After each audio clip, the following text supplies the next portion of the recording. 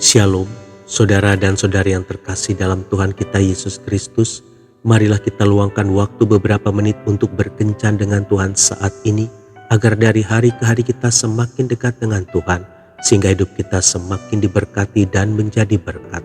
Pembacaan dari kitab 1 Samuel bab 16 ayat 7.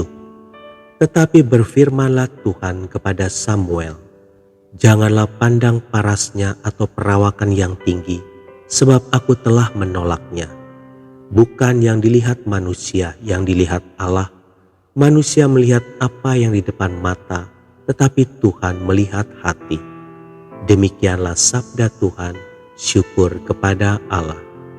Saudara dan saudari yang terkasih dalam Tuhan kita Yesus Kristus, definisi cantik ternyata mengalami pergeseran dari masa ke masa.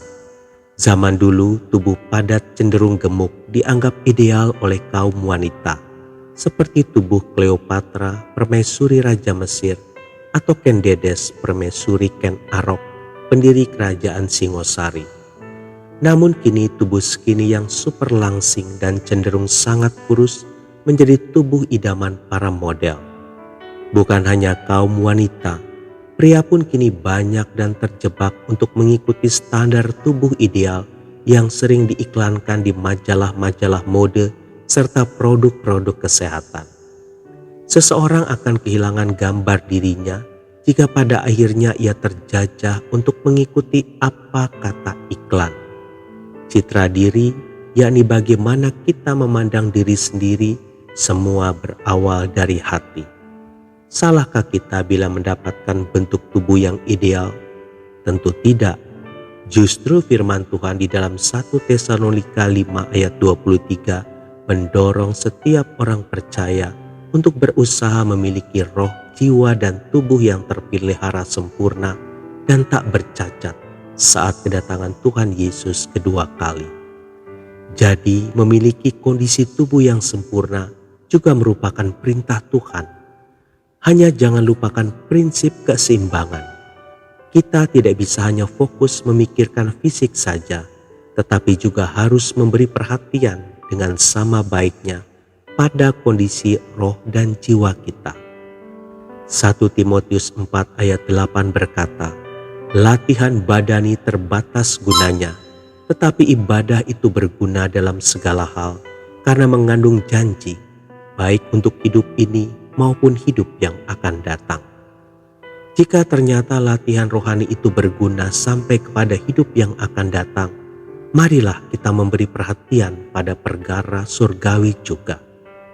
Saudara dan saudari yang terkasih dalam Tuhan kita Yesus Kristus, dalam dunia seni rupa ada istilah masterpiece, yaitu sebuah karya atau ciptaan berkualitas sangat tinggi yang dibuat oleh seorang ahli dengan tingkat kesulitan pembuatan yang juga sangat tinggi. Tahukah kita bahwa kita semua adalah masterpiece-nya Tuhan? Tuhan menciptakan kita dengan tangannya sendiri dan menenun kita sejak masih dalam kandungan. Bahkan kita diawasi dan dijaga seperti biji matanya sendiri. Saudara dan saudari yang terkasih dalam Tuhan kita Yesus Kristus, jika kita memiliki konsep gambar diri yang benar, maka kita tahu bahwa kita indah dan berharga di mata Tuhan.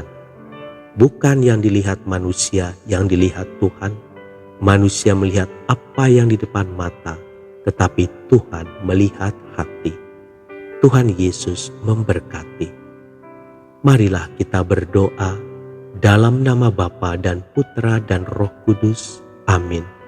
Tuhan Yesus, ajarilah aku bersyukur atas kehidupan yang Kau anugerahkan kepadaku, betapa hidupku sungguh berharga di mata-Mu.